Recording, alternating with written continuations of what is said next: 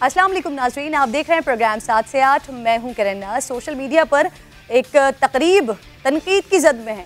सदर मुमलिकत आरिफ अलवी के बेटे के एक निजी कारोबारी मुआहदे की तकरीब जो गवर्नर हाउस में हुई और सदर मुमलिकत इसमें शरीक थे, जिसमें इस पर नाज़रीन MOU साइन हो रहा है, उसके ऊपर वाज़ेह सरकारी अलामत नज़र आ रही है। ये तकरीब अलवी डेंटल और अमरीकी कंपनी के माबैन पाकिस्तान में क्लिनिक्स की चेन शुरू करने के मुआहदे की थी। सोशल मीडिया पर तनकीद हुई तो हमने भी सदर मुमलिकत के बेटे अवाब अलवी साहब का मौक़िफ़ लेना चाहा, लेकिन उन्होंने इनकार कर दिया। BBC और ट्विटर पर जो जवाब उन्होंने दिया है उसके मुताबिक ये तकरीब अलवी डेंटल में होनी थी, लेकिन करीब ही एक स्कूल है और सदर की आमद का वक्त स्कूल की छुट्टी के वक्त से मिल रहा था, तो ऐसे में सिक्योरिटी के मसाइल हो जाते, सड़क ब्लॉक हो जाती, तो फिर बदमज़गी का डर था, लोगों को मुश्किल होगी, इसलिए ये तकरीब गवर्नर हाउस में मुंतकिल की गई। अवाब अलवी के मुताबिक खाने पीने के अखराजात उन्होंने अपनी जेब से अदा किए हैं, लेकिन सवाल यह है कि क्या कोई आम शहरी भी इसी तरह अपनी कोई तकरीब गवर्नर हाउस में मुनक्किद कर सकता है? अवाब अलवी के मुताबिक आरिफ अलवी साहब ने इस तकरीब में बतौर सदर मुमलिकत शिरकत नहीं की थी, तो फिर सरकारी TV पर उनका इस तकरीब से खिताब क्यों नशर किया गया? ये भी बड़ा आम सवाल है। अवाब अलवी के मुताबिक इस डील में अलवी डेंटल भी शामिल नहीं है, सिर्फ उसका नाम इस्तेमाल किया गया है। सदर पाकिस्तान इस बैनर तले खड़े नजर आए। बेटे के मुताबिक आरिफ अलवी साहब ने 2018 में सदर बनने के बाद अलवी डेंटल से अलहदगी इख्तियार कर ली थी, लेकिन वेबसाइट इस पर आज भी उनका नाम बतौर टीम मेंबर मौजूद है। अवाब अलवी के ही मुताबिक वेबसाइट पर नाम सिर्फ इसलिए है कि उन्हें इस बात पर फख्र है भाई कि वालिद साहब अब सदर पाकिस्तान हैं। अब तक नाज़रीन इस मामले पर कोई तफसीली वजाहत तो जारी नहीं की गई है, अलबत्ता सदर मुमलिकत की जानिब से ट्वीट किया गया है कि तकरीब के लिए गवर्नर हाउस एक अच्छा इंतखाब नहीं था। वज़ीर आज़म इमरान खान का इक़्तिदार में आने से पहले का एक ट्वीट नज़र से गुजरा है कि हज़रत अबू बकर सिद्दीक़ रज़ियल्लाहु तआला अन्हु ने खलीफा बनने के बाद अपनी कपड़े की दुकान बंद कर दी थी, क्योंकि उन्होंने महसूस किया कि इस कारोबार में दीगर अफराद उनको कम्पीट नहीं कर सकेंगे। खुद आरिफ अलवी साहब ने नवंबर 2016 में एक ट्वीट की जिसमें उनका कहना था कि पाकिस्तान में फर्स्ट फैमिली जब ताकत में आती है तो उन्हें फिर टच मिल जाता है, एज मिल जाता है और उनका कारोबार फलने फूलने लगता है। अब इस सारे मामले पर ऑपोजिशन खासी तनकीद कर रही है। परवेज़ रशीद साहब ने ट्वीट किया है, यूरोप में अगर सदर सरकारी दफ्तर में निजी कारोबारी मुआहदे का गवाह बनता तो जेल जाता। तहरीक इंसाफ जिस पैमाने पर नाज़रीन साबिका हुकूमतों को नापती थी, क्या आज खुद उस पैमाने पर मुकम्मल तौर पर उतर रही है? मेरे साथ मौजूद होंगे सदाकत अब्बासी साहब, उनसे ज़रूर इस मामले पर हम बात करेंगे कि अभी तक कोई वाज़ेह जस्टिफिकेशन या वाज़ेह तौर पर कोई वजाहत सामने नहीं आई है, सिवाय इसके कि सदर पाकिस्तान की जानिब से ये कहा गया कि जो इंतखाब किया गया है जिस जगह का, वो अब जगह का इंतखाब दुरुस्त नहीं था। लेकिन उनके बेटे ने जो जो वजूहात पेश किए हैं, तो फिर अवाम यहाँ पर ये सवाल कर रहे हैं कि क्या किसी आम शहरी को, किसी आम शख्स को अगर ज़रूरत है कि वो गवर्नर हाउस में अपनी कोई तकरीब कर ले, तो क्या उसके लिए भी ये स्पेस इसी तरह से अवेलेबल होगा जैसे सदर साहब के बेटे के लिए ये स्पेस अवेलेबल हो गया? या फिर सदर साहब की जो आमद व रफ्त है, सिक्योरिटी के मसाइल हैं, उनको देखते हुए कि लोगों को, आवाम को परेशानी ना हो, तो इसी तरीके से बहुत सारी तकरीबात कराची की, इनफैक्ट मैं चलते फिरते सड़कों पर देखती हूँ, सड़क को ब्लॉक करके तकरीबात का आगाज़ हो रहा होता है, तकरीब वहाँ पर हो रही होती है। तो क्या आवाम को इस तरह की परेशानी और तकलीफ से बचाने के लिए भी गवर्नर हाउस अवेलेबल होगा? क्योंकि वज़ीर आज़म साहब इमरान खान साहब जिस पहले जब हुकूमत में नहीं थे उस वक्त कहा करते थे कि गवर्नर हाउस की जो दीवारें हैं, जो वज़ीर आला हाउस है, ये गिराएंगे, इसको अवामुन्नास के लिए खोलेंगे, आवाम के लिए खोलेंगे, यहाँ पर म्यूज़ियम बनाया जाएगा। वो सारी चीज़ें तो दिखाई नहीं देती, लेकिन जो दिखाई देता है उस पर फिर आवाम में बड़ा गम गुस्सा पाया जाता है, बड़े नाराज़ होते हैं कि भाई ये गवर्नर हाउस में आकर हो क्या रहा है। सदर साहब के बेटे की तकरीब वहाँ पर हो रही है और बेटे साहब जब आकर जस्टिफिकेशंस देते हैं तो वो ये फरमाते हैं कि क्योंकि वहाँ पर एक स्कूल भी है, क्योंकि सदर साहब के टाइम और स्कूल की छुट्टी का टाइम क्लैश कर रहा था, क्योंकि उनकी सिक्योरिटी के मसाइल भी हो सकते थे, इस वजह से सदर साहब की वो मेहमान थे इस तकरीब में और उन्हीं की जगह पर यानी गवर्नर हाउस में ये तकरीब मुनक्किद की गई थी। बहुत ज़्यादा ज़रूरी होगा इस वक्त के पाकिस्तान तहरीक इंसाफ का, हुकूमत का इस पर क्या स्टांस होता है, वो क्या मौक़िफ़ रखते हैं, क्या लोगों की जिस तरह से सोशल मीडिया पर दिल आज़ारी हुई है इस बात से, लोग जिस तरह से सवाल उठा रहे हैं कि जो मयारात, जो स्टैंडर्ड्स आप जब ऑपोजिशन में हुआ करते थे, उस वक्त जो आप हुकूमत के लिए सेट किया करते थे, तो क्या इस वक्त जब आप खुद इक़्तिदार में हैं, जब आप खुद हुकूमत में हैं, तो क्या अपने लिए आपने वो स्टैंडर्ड्स सेट किए हुए हैं? और अगर सेट किए हुए हैं तो फिर इस वाक़े के बाद क्या आप कौम से इस बात पर माफ़ी मांगेंगे? आप समझते हैं कि ये जो हो गया है ये इंटेंशनली हुआ, अनइंटेंशनली हुआ, लेकिन ये गलत हो गया है, अब आवाम इस चीज़ पर गम गुस्से का इजहार कर रहे हैं, तो क्या इस पर माफ़ी मांगी जाएगी या नहीं मांगी जाएगी? ये यकीनन एक बड़ा अहम और इम्पॉर्टेंट क्वेश्चन होगा। सदाकत अली अब्बासी साहब मुझे ज्वाइन कर चुके हैं प्रोग्राम में। सर, आपको खुशामदीद कहूँगी। अब सर, ये ज़ाती मकासद के लिए सरकारी वसाइल का इस्तेमाल ऑब्वियसली सर कानूनन जुर्म है। सदर के हलफ की भी ऑब्वियसली ये खिलाफ वर्जी है।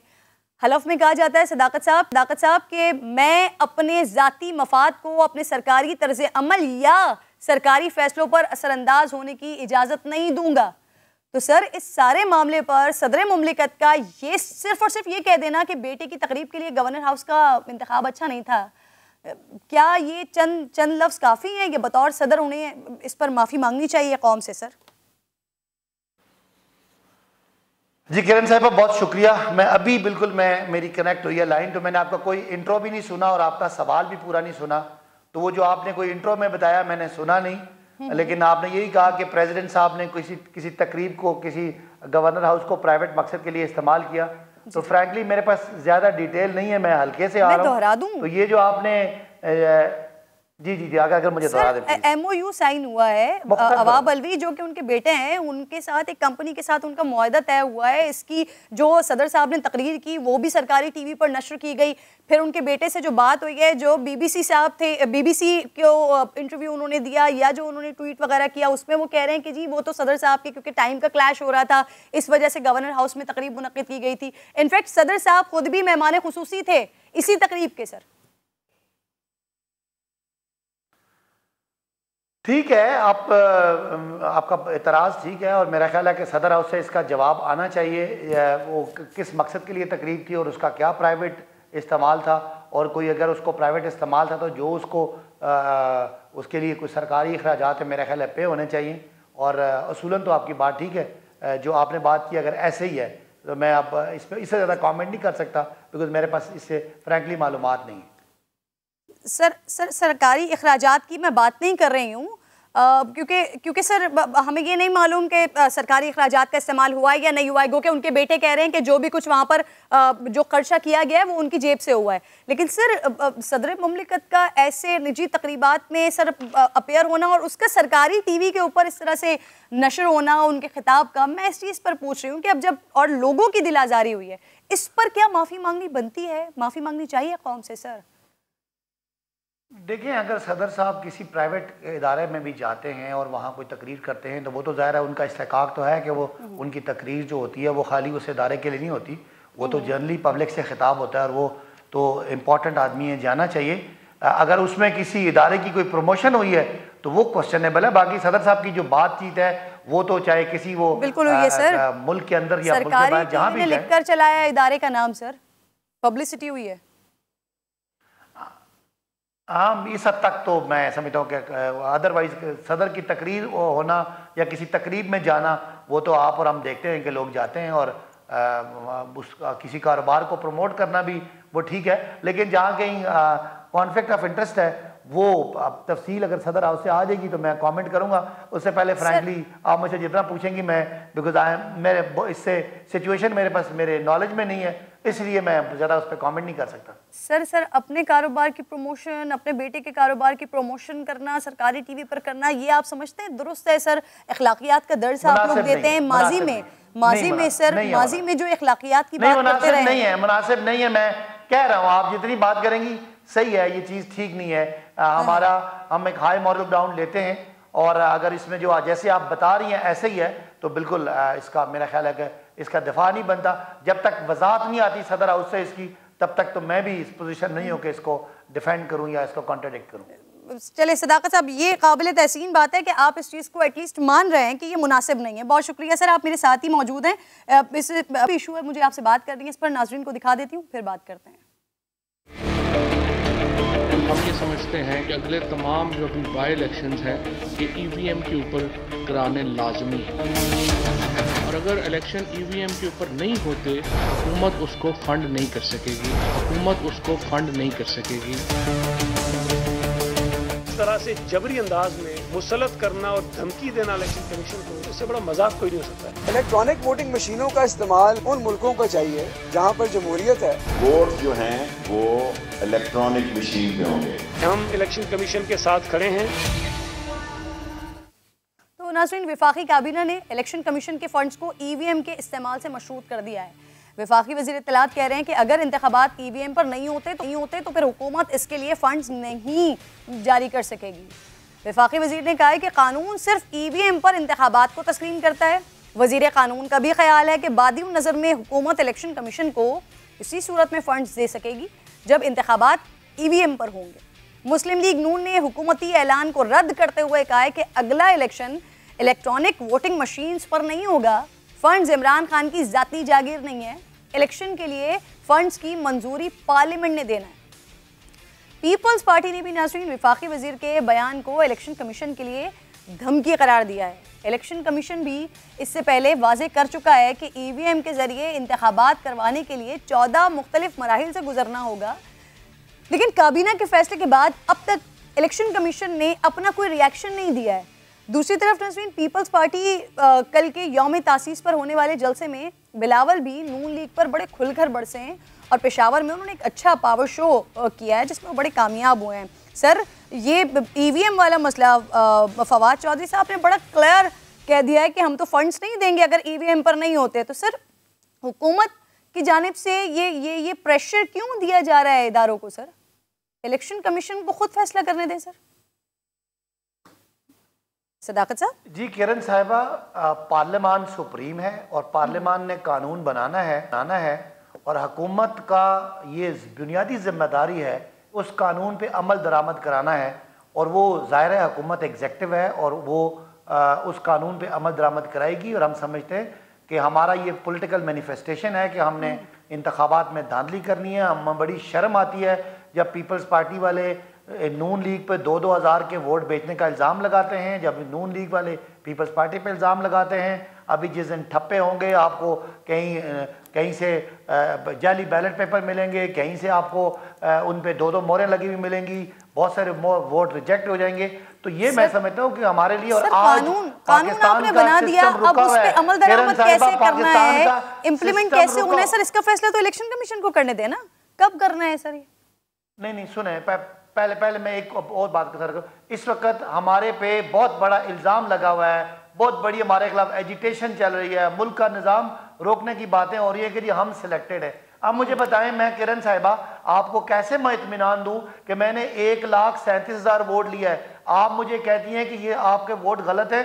मेरे दिल में आके ये चीज़ लगती है। तो मैं कम अज़ कम इस इशू से, इस कौम को निकालने के लिए मैं कमिटेड हूँ और मैंने कानून बना दिया है, पार्लियामान से अप्रूव करा दिया है। हाँ। आपकी सेनेट से और सर, आपके दिल पे चोट लगती है, इस वजह से आप इदारों को प्रेशराइज करेंगे कि आपने ये करना है ताकि ये जो आपको चोट लगती है वो रुक जाए, करेंगे ना, इसमें क्या वो थोड़ा हील हो जाए। सही सर, साथ ही मौजूद रही। ठीक, साथ ही मौजूद रही सर जावेद लतीफ साहब। मैं प्रेशराइज करूंगा कि अच्छा मकसद हल हो, मैं प्रेशराइज करूंगा कि टेक्नोलॉजी का इस्तेमाल हो ताकि ये धांधली का शोर खत्म हो और मेरा मुल्क आगे जाए। सही है। सदाकत अली अब्बासी साहब, बहुत बहुत शुक्रिया सर प्रोग्राम में आप साथ। जावेद लतीफ़ साहब सीनियर रहनुमा मुस्लिम लीग नून के मुझे ज्वाइन कर चुके हैं प्रोग्राम में। खुश आमदीद कहूँगी जावेद साहब आपको। सर, वफाकी काबीना ने इलेक्शन कमीशन के फंड्स को ईवीएम के इस्तेमाल से मशरूत कर दिया है। अब नून लीग इसकी मुखालिफत कर रही है, लेकिन वज़ीर कानून भी कह रहे हैं सर कि बादियों नज़र में हुकूमत इलेक्शन कमीशन को उसी सूरत में फंड्स दे सकेगी जब इंतखाबात ईवीएम पर होंगे, क्योंकि अब ये कानून बन चुका है। जावेद साहब। नहीं किरण, मुझे ये बताएं कि जो बादी नज़र में वज़ीर कानून बात कर रहे हैं वो किस हुकूमत के वज़ीर कानून है? जिस प्राइम मिनिस्टर ने धमकियां दी, जिन वज़रा ने इलेक्शन कमीशन को धमकियां दी और उन्हें शोकाज मिला। अब आ जाए जो बात आप कह रही थी कि फ़ंड रोकने की। देखिए, इलेक्शन कमीशन एक इंडिपेंडेंट अदारा है अगर उसको माना जाए तो। अब आप कोई कानून बनाकर आइन में तरमीम नहीं कर सकते।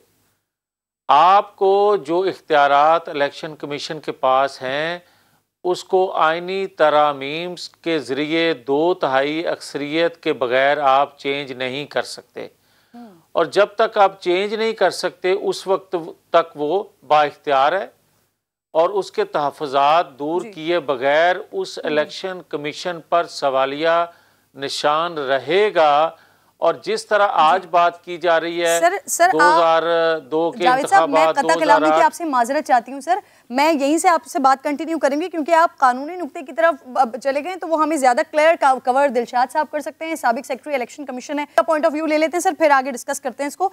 कंवर साहब, सर हुकूमत ने बड़ा वाज़ेह ऐलान कर दिया कि अब जितने भी ज़िमनी इलेक्शन होंगे उनको अगर EVM के जरिए नहीं किया गया तो फिर हुकूमत इलेक्शन के लिए पैसे नहीं देगी, और इलेक्शन कमीशन पहले कह चुका है कि मशीन के इस्तेमाल के लिए अभी मजीद 14 मराहिल से गुजरना है सर। तो अब क्या इलेक्शन कमीशन पाबंद है कि हुकूमत के कहे पर अमल करे?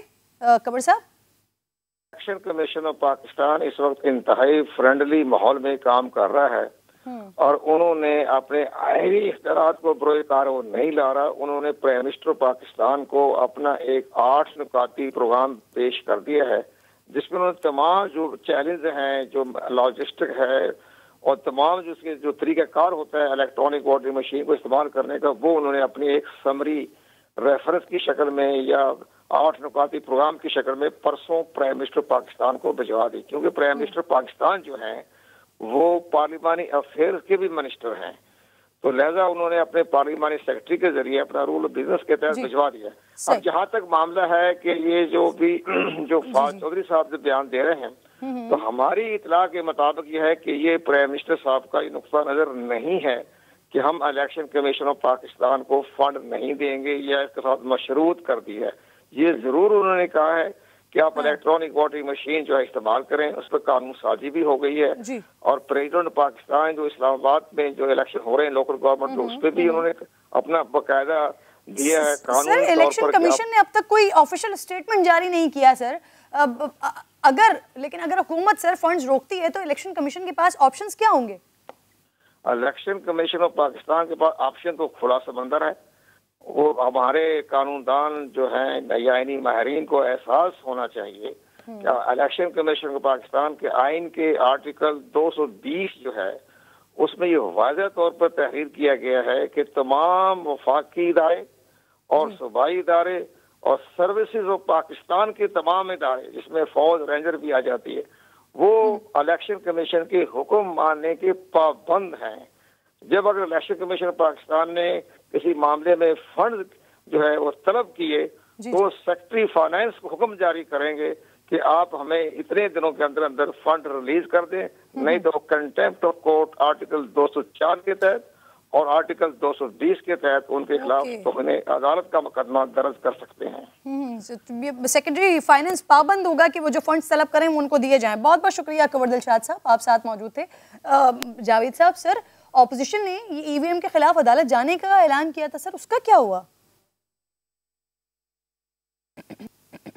जी, हमारी कोशिश है कि PDM की जमातें और PDM का जो हिस्सा अपोजिशन की जमातें नहीं हैं, तमाम इकट्ठे मिलकर एक जो है पिटीशन लेकर जाएं और मेरा ख्याल है इसी वीक में चले जाएंगे हम।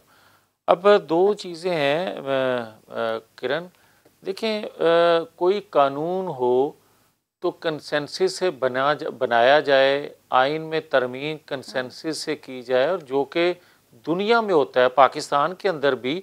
अगर मैं बार बार हमेशा ये कहा करता हूँ कि 73 के आइन को मुक़द्दस इसलिए जाना जाता है कि वो कंसेंसस से इत्फाक़ राय से बना था, और अगर आप तरमीम को लेकर आते हैं, कोई कानून नया बनाते हैं, कंसेंसस से नहीं होता तो उसको मुतनाज़ा जाना जाएगा। भले आप अक्सरियत के बलबूते पर कानून बना ही लें, मगर आप इलेक्शन से पहले इलेक्शन को अगर मुतनाज़ा बना देंगे तो उसका नुकसान सिर्फ इलेक्शन के डे नहीं होगा, बल्कि उसका नुकसान रियासत को पहुँचेगा, उसका नुकसान आने वाली नस्लें भुगतेंगी।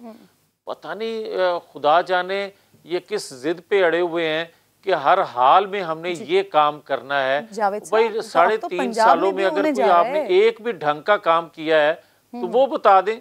जावेद साहब, अब तो पंजाब में भी होने जा रहा है ना सर, वजीर आला ने शिक शामिल कर ली है उसमें सर, वो शामिल करने की मंजूरी दे दी है, आप क्या करेंगे? मैं वही तो आपसे अर्ज कर रहा हूँ कि बदकिस्मती है इस मुल्क की कि कैसे लोग मुसल्लत हो गए हैं कि एक दफ़ा पहले ढिठाई से बैठे हुए हैं, लोगों ने उनको वोट नहीं दिया, इलेक्ट नहीं किया, मगर RTS सिस्टम जो था उसने उनको यहाँ बैठा दिया। अब वो इलेक्ट्रॉनिक मशीन के ज़रिए अगली टर्म लेना चाहते हैं या बल्दियाती इंतखाबात के नताइज जो है अपने हक में लेना चाहते हैं। तो दुनिया चीख रही है भाई, पाकिस्तानी कौम चीख रही है कि आप किस तरह ये कर सकते हो, क्यों कर रहे हो, और ज़रूरी है। मैंने एक दो जगह पे सुना जिस तरह शेख रशीद आज कह रहे थे कि उन्होंने कहा कि 90 लाख जो वोटर हैं ओवरसीज पाकिस्तानी, वो 40 हलकों को तब्दील कर देंगे, वो 40 हलके PTI को दे देंगे, इमरान खान को सीटें दे देंगे। आपने तो फिर पहले से ये प्रजूम कर लिया और ये पहले से आपने मनसूबाबंदी कर ली कि आपने धांधली किस तरह करनी है। और भाई ओवरसीज पाकिस्तानियों के खिलाफ कोई नहीं है, मगर इसका एक तरीकाकार होता है इलेक्शन का। ठीक सर, अब इस पर आपको पॉइंट ऑफ व्यू आ गया। मैं आपकी मौजूदगी का फ़ायदा उठाते हुए सर, कल बिलावल ने जो गुफ्तगू की है मैं उस पर भी बात करना चाहती हूँ सर, क्योंकि अभी कुछ महीनों पहले की तो बात है, बड़े शीरो शकर रहा करते थे आप लोग, इलेक्शन से पहले भी इलेक्शन के बाद भी एक दूसरे को कुछ ना कहने के वादे कस्में हुए थे सर। लेकिन कल बिलावल साहब ने मियाँ साहब को सर सर्टिफाइड चोर कहा है। वो कह रहे हैं कि जो ये ऑडियो वीडियो लीक्स हो रही हैं, अगर वो गलत हैं तो माजी में फ़ोन करके सजाएं दिलवाने का हुक्म देने वाले भी गलत थे सर। देखिए किरण, माजी में अगर ऑडियो को आई है जिसका जिक्र क्यूम मलिक साहब के हवाले से किया जाता है, तो मैं तो उसको मानता हूँ। मैं कहता हूँ कि अगर उस ऑडियो को आप मान कर एक जस्टिस को आप हटाते हो, उसके फैसले किए हुए को आप कलअदम करार देते हो, मनसूख करते हो, बरी करते हो उस फरीक को, तो फिर आज मुझे किरण को ये बताए कि आज एक वीडियो आ गई, एक ऑडियो आ गई, एक बयान हल्फी आ गया, उसके बाद जस्टिस शौकत सिद्दीकी की स्टेटमेंट आ गई। आपको कितने और सबूत चाहिए कि आपने वो किया हुआ फैसला जो है, जिस शख्स ने जिसकी वीडियो आई थी अरशद मलिक की, उसको तो उस पर सजा दे दी, मगर उसके फैसले पे आप नजरसानी करने के लिए तैयार नहीं हो। जावेद साहब देखें, जमातें मुख्तलिफ हैं। बिलावल भुट्टो साहब की अपनी एक जमात है, उनकी अपनी सोच अप्रोच है। किसी जमात के मुतल्लिक वो क्या कहते हैं मैं फिर भी कहने के लिए तैयार नहीं हूँ। इसलिए कि हमें चोर समझते हैं, उसके साथ बैठ के बात कैसे कर सकते हैं? नहीं किरण, एक सेकंड अगर इजाजत दें तो मेरी बात सुन लें जी। मैं बिलावल भुट्टो की बात का जवाब नहीं दूंगा, मगर मैं अपना बयान ज़रूर आपकी खिदमत में रखना चाहता हूँ कि पाकिस्तानी कौम जानती है, अदारों में बैठे लोग जानते हैं, इसलिए बयान हल्फी ऑडियो वीडियो आ रही हैं कि नवाज शरीफ को किस तरह और किसकी ख्वाहिश पर वो सज़ा दी गई, और मकसूद था उन नवाज शरीफ को हटाना जो जवेद हाशमी कहा करते थे कि अब तरीका कार बदल गया है नवाज शरीफ को हटाने का। सो आज वो चीज़ें साबित हो गई हैं, तो हमें किसी को ब्लेम करने की जरूरत नहीं है, बहुत बहुत शुक्रिया सर प्रोग्राम में आपसे। एक छोटा सा ब्रेक ले रही हूँ नाज़रीन, ब्रेक के बाद वापस आती हूँ।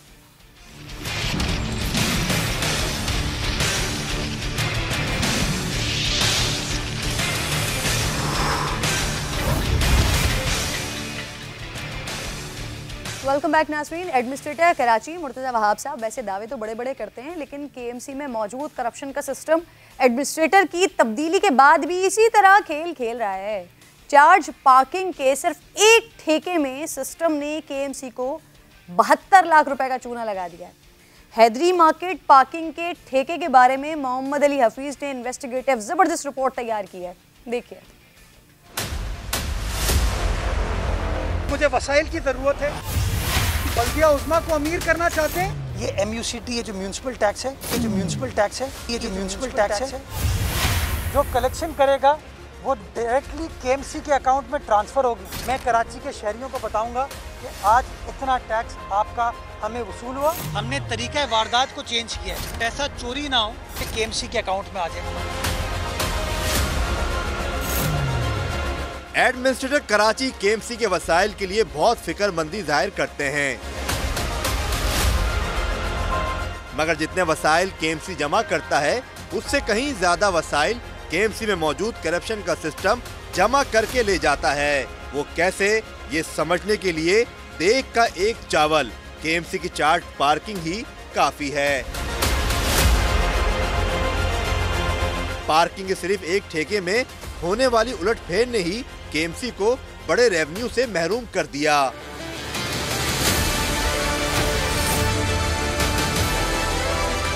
फरवरी 2021 में हैदरी मार्केट के सामने चार्ज पार्किंग और इतवार मोटरसाइकिल बाजार के ठेकों की नीलामी हुई। KMC रिकॉर्ड के मुताबिक हैदरी पार्किंग लॉट की नीलामी में 75,50,000 की बोली फाइनल हुई। इसी तरह हैदरी इतवार मोटरसाइकिल बाजार के ठेके की नीलामी 20,90,000 में मंजूर हुई। सिर्फ एक हैदरी मार्केट पार्किंग लॉट की मजमूई बोली 96,80,000 लगने पर KMC में करप्शन के सिस्टम की राल टपकने लगी। करप्शन का सिस्टम हरकत में आया और उस वक्त के एडमिनिस्ट्रेटर KMC लईक अहमद ने इस नीलामी को मंसूख कर दिया। जिस साइट की बोली दो हिस्सों में 96,40,000 तक पहुंच गई, इसके दोनों ठेकों को यकजा करके सिर्फ 24,60,000 में ठिकाने लगा दिया गया। टीम सामान्य तहकीकात की तो पता चला हैदरी मार्केट की 2 साइट्स को एक करने और 3/4 कम बोली में नीलामी का मकसद सिस्टम के ठेकेदार को नवाजना था, क्योंकि जब फरवरी में हैदरी मार्केट की पार्किंग की 75,50,000 में नीलामी जीत ली थी, उस वक्त वो बोली लगाने वाला 4थे नंबर पर था। वो बोली मंसूख हुई और अगस्त में ऐसी काया पलटी, हैदरी मार्केट और इतवार मोटरसाइकिल बाजार का ठेका मिलाकर 24,60,000 में दे दिया गया। सामान्य KMC को मिलने वाले 96 लाख रुपए के रेवेन्यू को 24 लाख तक महदूद करने में पोशीदा हिकमत का सवाल KMC की डायरेक्टर चार्ज पार्किंग के सामने रखा तो उनके पास कोई मंतकी जवाब नहीं था।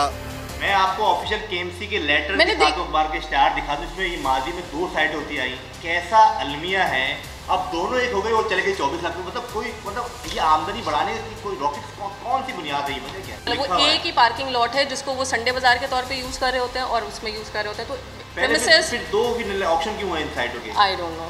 और अब एक क्यों किया आपने? अलग से नहीं, ऑप्शन क्यों करते लोग? पहले अलग क्यों करते? How can I answer that? आपने क्यों एक किया? इसलिए कि वो प्रेमिसेस एक है। अच्छा, पहले 2 थे, अलग-अलग पैसे होते थे उनके, अब आपने एक करके एक पैसे कर दिए। जगह एक है। आपने पिछले वाले लाइक साहब के दौर में जो फरवरी में हुआ था ऑक्शन, वो कैंसिल किया? मैंने कैंसिल नहीं किया। KMC ने किया। वजह क्या थी? मुझे नहीं और पता। इसका क्या है? उसी को कितने में आपने दिए ऑक्शन? आपको डॉक्यूमेंट मिल जाएगा जो हमारे वैसे बताया कितने में भी ऑक्शन दिए आपने? ऑक्शन पे कितने दिए? मैंने आपको बताया अभी 24,60,000 में। और पहले जो ये फरवरी में हुई थी उस पे कितने पे दी थी? I don't know about it. अच्छा, ये ऑप्शन आपका एडिशन ने अप्रूवल दे दिया आपको इसको ऑप्शन की? जी हो गई अप्रूवल हो गई। चार्ज पार्किंग की एक साइट की 3/4 कम रकम में नीलामी पर मंजूरी की चिड़िया बिठाने वाले कोई और नहीं, एडमिनिस्ट्रेटर कराची मुर्तजा वहाब सिद्दीकी खुद थे। सामान्य पार्किंग की नीलामी में इस गड़बड़ की निशानदेही की तो वो 360 डिग्री की कलाबाजी खाने पर तैयार हो गए। आपने अभी नोट शीट पे अप्रूवल दिए लास्ट अगस्त में जो टेंडरिंग हुई है, तो आपने देखा था कितनी साइटें गई हैं ऑक्शन में, आपने अप्रूवल दी है? कुछ आपके लिस्ट में है? मुझे अभी इस वक्त याद नहीं है, बट बिल्कुल मेरे अप्रूवल से हुई है अगस्त में आने के बाद। बिल्कुल मेरे अप्रूवल से हुई है अगस्त में आने के बाद। 1 फरवरी में ऑक्शन होता है हैदरी की 2 साइटों का, जो 96 लाख और 50,000 कुछ इसमें दी जाती हैं।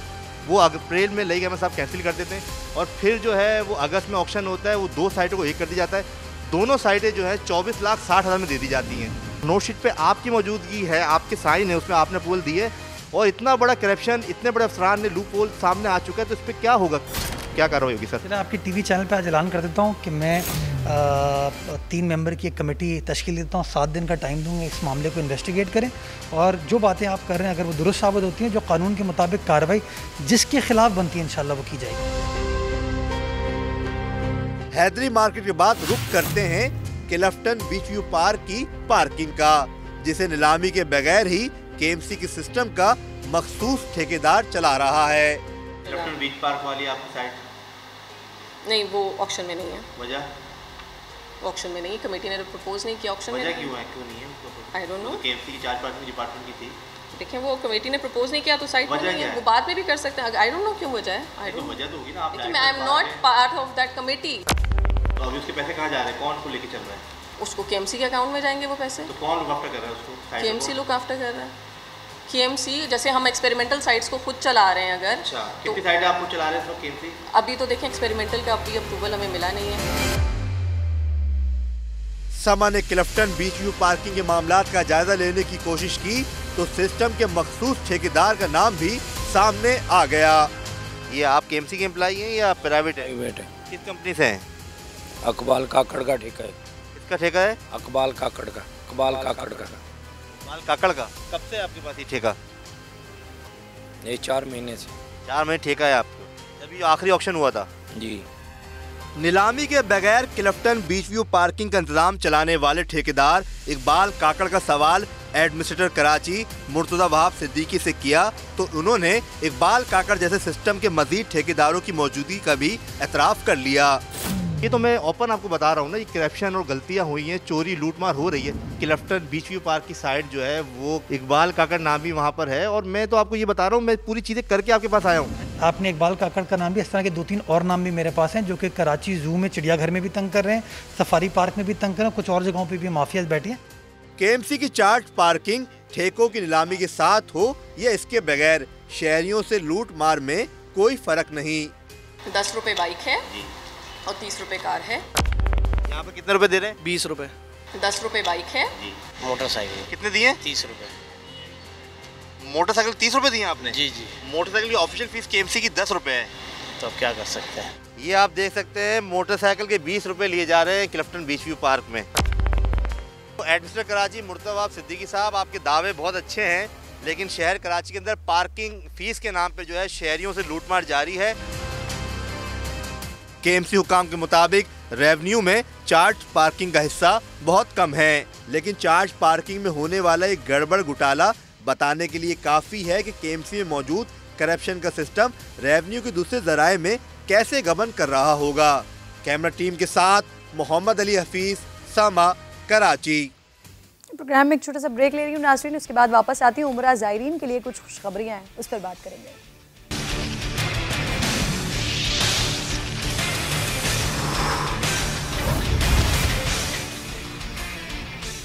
वेलकम बैक जी। उम्रा ज़ायरीन के लिए अब सऊदी अरब में क्वारंटीन ज़रूरी नहीं है। सऊदी हुकूमत ने ऐलान किया है, लेकिन ये सहूलत नाज़रीन सिर्फ फाइज़र, एस्ट्राज़ेनेका, मॉडर्ना और जॉनसन वैक्सीन लगाने वालों के लिए है। जिन पाकिस्तानियों ने या किसी भी मुल्क से ताल्लुक़ रखने वाले शख्स ने साइनोफार्म और साइनोवैक वैक्सीन करवाई है, उनको सऊदी अरब में 3 दिन क्वारंटीन होना होगा। लेकिन सवाल ये कि अगर किसी ने स्पुतनिक या कोई दूसरी वैक्सीन लगाई है तो फिर उनका क्या होगा। इस पर बात करने के लिए फुरकान अब्दुल कप हज ऑपरेटर एसोसिएशन से मुझे ज्वाइन कर चुके हैं। सर खुशामदीद आपको कहूँगी। आज सऊदी अरब के लिए पाकिस्तान से सर पहली बराह रास्त परवाज़ शुरू हो गई है। अब उम्रे के लिए वीज़ा मिलना कब से शुरू होगा सर?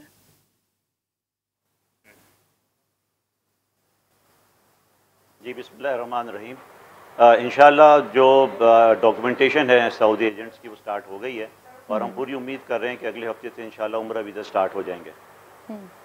सही सर, अच्छी खबर दे रहे हैं आप। अच्छा मुझे बताइए, अगले हफ्ते से वीज़ा प्रोसेस शुरू हो जाएगा, तो सर ये बताइए जिन अफराद ने वो वैक्सीन नहीं लगवाई हैं जो सऊदी अरब से अप्रूव्ड हैं, तो उनके लिए फिर क्या प्रोसेस होगा?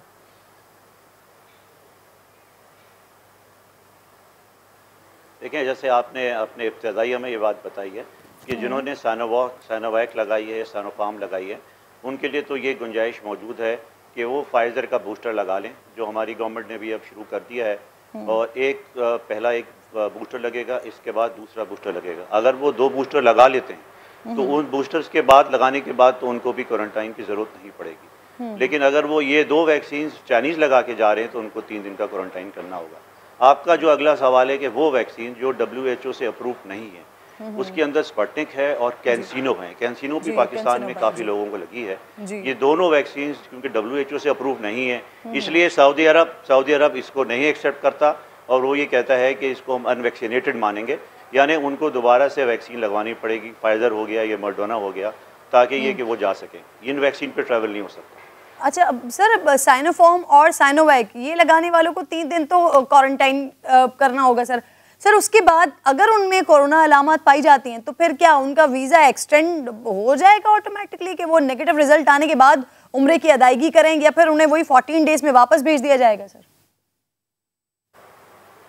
जी नहीं, देखें, वापस नहीं भेज दिया जाएगा। और बिल्कुल अगर वो उस होटल के अंदर जहां उनका क़याम है, जिसके अंदर वो उम्रे की नीयत से गए हैं, उसी होटल में उनको 3 दिन का क्वारंटाइन करना है। अगर वहाँ उनको किसी खुदा न खास्ता कोविड का टेस्ट पॉजिटिव आ जाता है तो बेसिकली उनको उसी होटल के अंदर पहले क्वारंटाइन करना होगा और क्वारंटाइन ख़त्म होने के बाद वो अपना उम्रा अदा करेंगे और जो वो पैकेज लेके गए हैं वो पूरा पैकेज जो है ऐसे ही अवेल करेंगे और 5 वक्त की नमाजें भी हरम के अंदर पढ़ेंगे और उम्रा भी कर सकते हैं और दोबारा उम्रा करना चाहें तो 3 दिन बाद दोबारा उम्रा भी कर सकते हैं। लेकिन सर अगर उन्होंने क्वारंटीन करना है खुद को, जो साइनोवैक और साइनोफार्म जिन लोगों ने लगाई है, जिन्होंने क्वारंटीन करना है, तो उनको तो फिर अलग से पे करना पड़ेगा ना वो पैकेट से हटके सर, क्योंकि अगर उन्होंने क्वारंटीन करना है सर।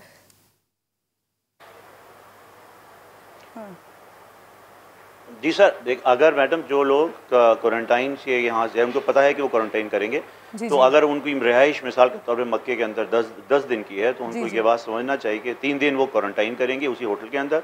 उसके अंदर उनको अपने कमरे में रहना होगा और उनको फुल बोर्ड का मील मिलेगा, पैकेज उनको फुल बोर्ड लेना पड़ेगा ताकि उनके कमरे में उनके लिए खाना है 3 दिन का, और 3 दिन के बाद इसके बाद वो हरम जा सकेंगे अपनी इबादत के लिए।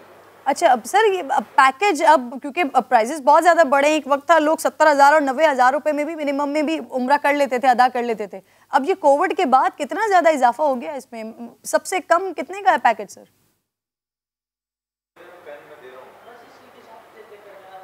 नहीं देखें, एक तो ये बहुत बड़ी सहूलत सऊदी हुकूमत ने दी है कि जी क्वारंटाइन की फैसिलिटी एग्जम्पशन ही कर दी है, मतलब मेजॉरिटी लोग एग्जम्पन में हैं और अभी भी जिन्होंने साइनोवैक लगाई थी उनको भी पाकिस्तान गवर्नमेंट ने कहा है कि आप फाइज़र का बूस्टर लगाएं।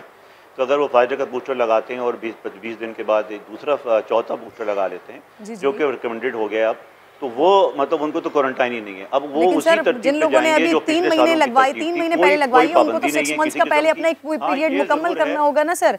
मुझे ये बताइए पैकेज सर मिनिमम कितने का हो गया है अब? जी देखें, बिल्कुल जी, मिनिमम पैकेज जो मेन इंक्रीज आएगा वो मैक्सिमम जो है 15 से 20% का इंक्रीज आएगा, क्योंकि उसमें आपका करेंसी डिवैल्यूएशन का भी पार्ट है। सर एक अमाउंट मुझे बता देंगे कम से कम पैकेज कितने का है सर? तो इसकी वजह से वो इम्पैक्ट को भी आपको ले लेना होगा। सही, बहुत बहुत शुक्रिया सर। फुरकान साहब आप प्रोग्राम में साथ मौजूद थे। वक्त खत्म हो गया नाज़रीन, इंशाल्लाह मुलाकात होगी आपसे कल। अपना ख्याल रखिए, अल्लाह ने के पान।